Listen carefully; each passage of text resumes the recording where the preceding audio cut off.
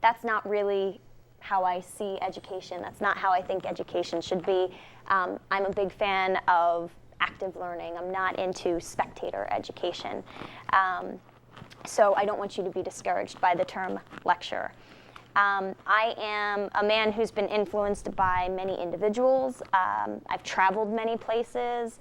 I suppose since you've invited me here tonight, I've also influenced people as well. But since so much of who I am and what I believe is based on my respect for the importance of experiences, I'll start by giving you some information about my life and an overview of some of the experiences that I've had. I was born in 1859 in Vermont, and the start of my educational career wasn't exactly stellar. I ended up getting interested in an alternative type program, a college preparation program at my local high school. And that kind of sparked things for me, and I began to progress really quickly through that. I actually, by the time I was 16, graduated and went to the University of Vermont. And when I was there, I received a classical education in theory of evolution, philosophy, and following that, I ended up having such an interest in philosophy that I was actually tutored on the side for free time as my leisure. I ended up moving to Pennsylvania. I taught high school for 2 years, went back to Vermont, taught in a high school there for a semester, and then just realized that this was not for me. Because I had that interest in philosophy, I decided that the pursuit of my life would be to study philosophy. So that's when I ended up moving to Baltimore, and I went to Johns Hopkins University. I was one of the first people to go there. It was a new program, and earned my doctorate in philosophy in 1884. So I've always been known as being very bookish, and actually the president of Johns Hopkins told me to kind of get out of the books and get out and see some more people because he thought that I was reading too much and not interacting enough. And so, as is my nature, I politely ignored him at first. But then I took his advice because I realized that my experiences with people were what led me to be who I am, not things that I've read in books so much. So lots of individuals influenced me that when I was there. G. Stanley Hall, George Sylvester Morris, C.S. Pierce.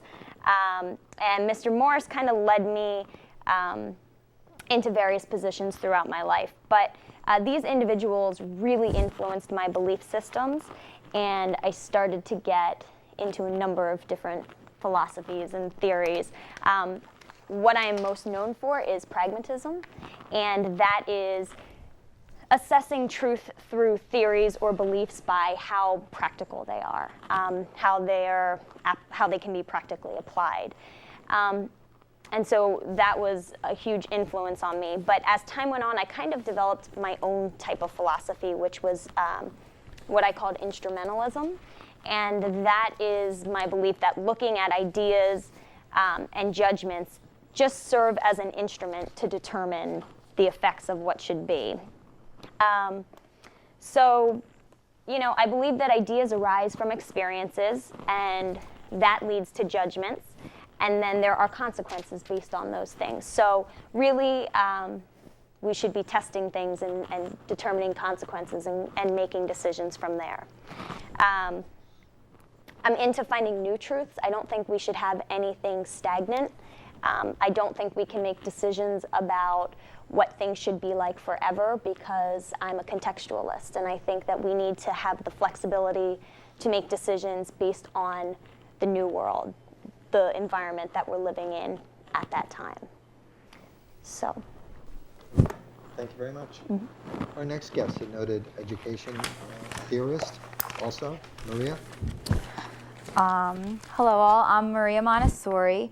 Many of you may have heard of the classrooms that I've started, the Montessori education.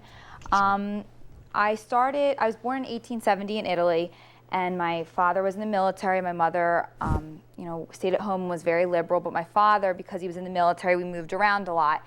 So I was exposed at an early age to many different classrooms, and many different cultures.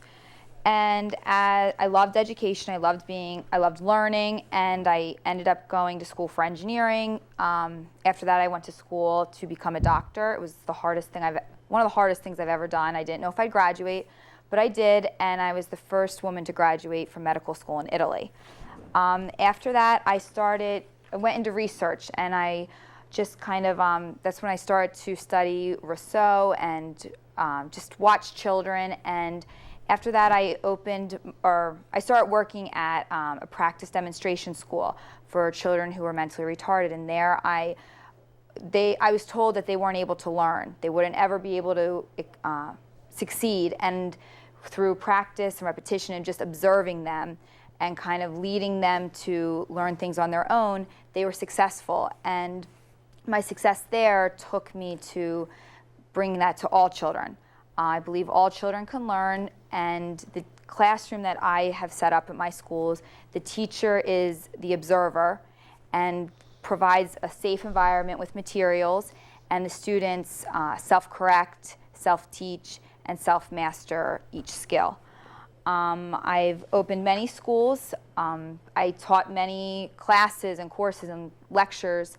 My schools went all over the world before World War II. In World War II, many of my schools were closed because just the openness to change was not there at the time. After World War II, the schools reopened, and since then, they've become more and more popular.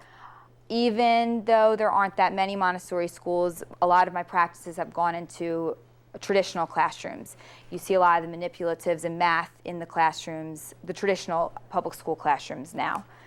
For technology, I'm a big believer that it should be incorporated, and it's the child's job to learn how to use it.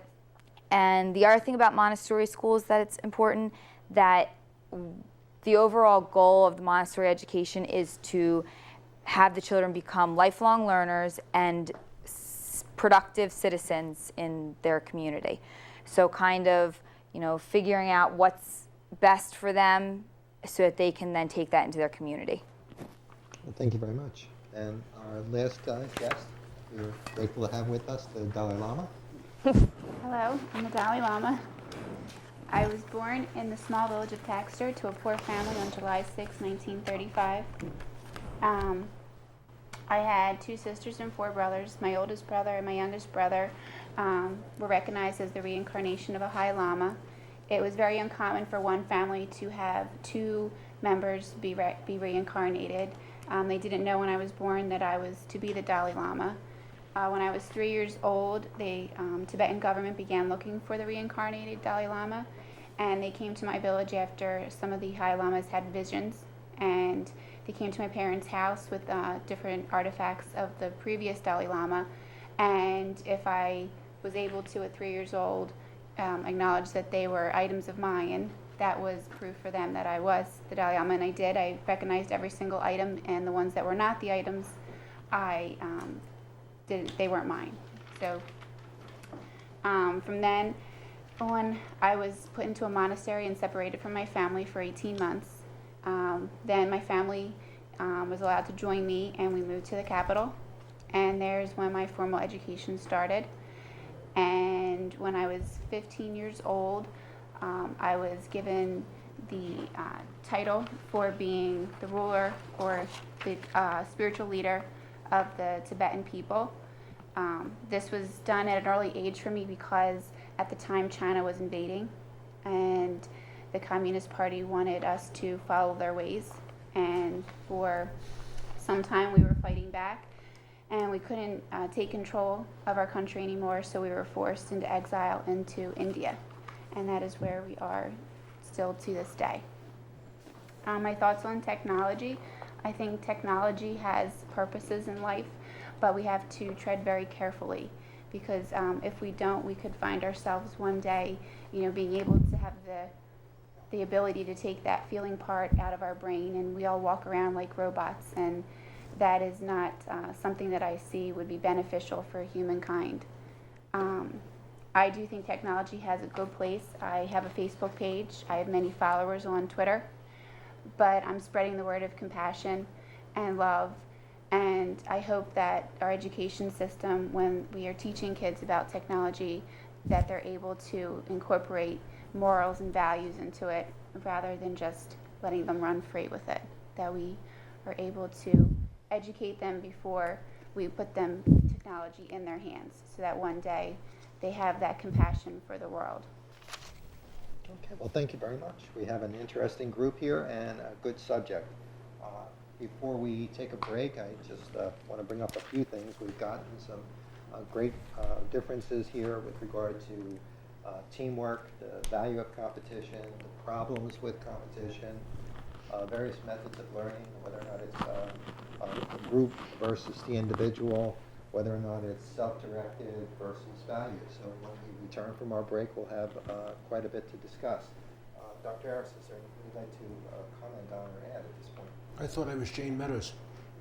No. No, I told you. Okay, let's have a break. Okay, we'll take a 5-minute break. We'll come back.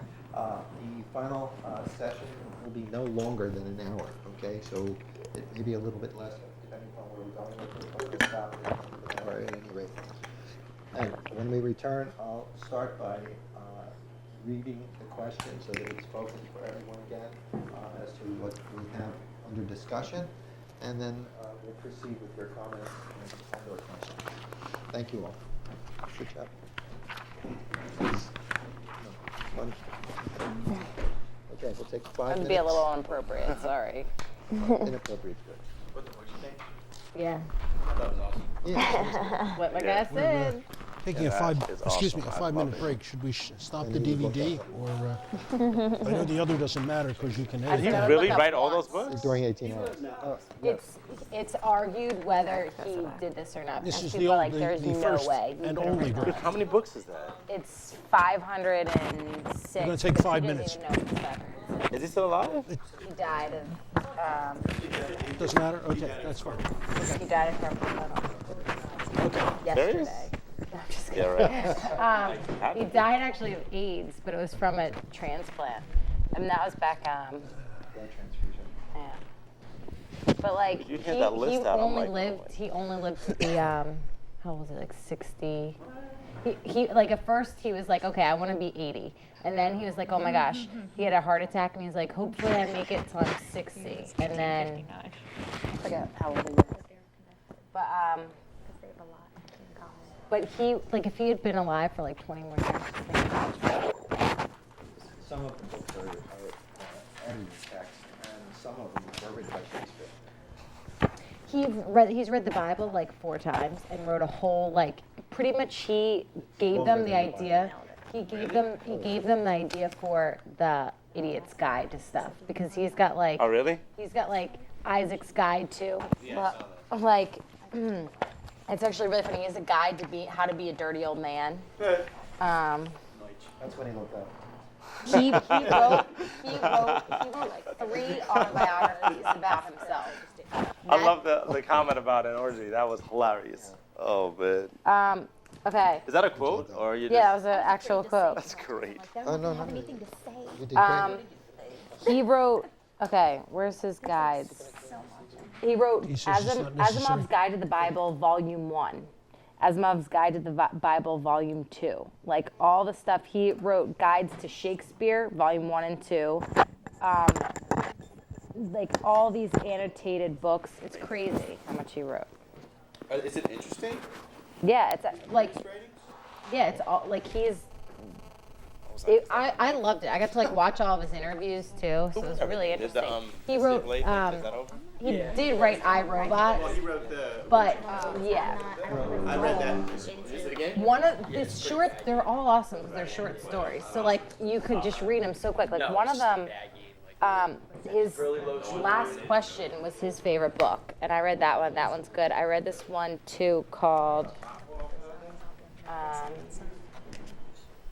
I forget. Because I read a couple, because again, it's short stories. Are we debating? We're questioning other people's positions. In an inquisitive or aggressive way? Aggressive. No. I'm going to be aggressive. Of course you are.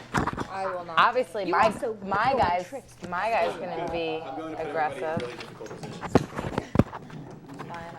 Yeah, because you're a journalist. Whatever. He also happened to marry someone whose father was a billionaire. Yeah, he married his wife is the daughter of someone who owned a real estate empire and was valued at $200 billion. I didn't know that at all. I have a Facebook, yeah, but like YouTube tracks your friends too. I didn't know that. Oh yeah. And you said he spoke at your graduation. Oh, I know. He didn't mention the story. I was like, hey, My eyebrows I'm like, are whoa, I don't have Really? I'm not on YouTube. I gotta check out your videos. What are they mainly about? Just vlogs. Oh, of course. They're Silly not stuff. Yeah. And I was trying to like, because I don't see my friends out in Harrisburg a lot, so at one point I was like, I need like a video Right, to that's this it. and like put it on the website. They That's But it was cool. like from 2 years ago. Yeah, It hasn't been good for a while. that's fine. Motion, that's so Oh, funny. yeah. I'm still getting over that.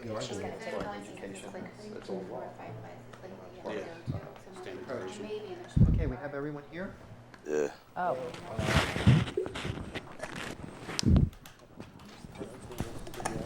Okay. Crazy. All right. Here's the question for discussion. And if you want to, whenever you want to comment on this, just jump in.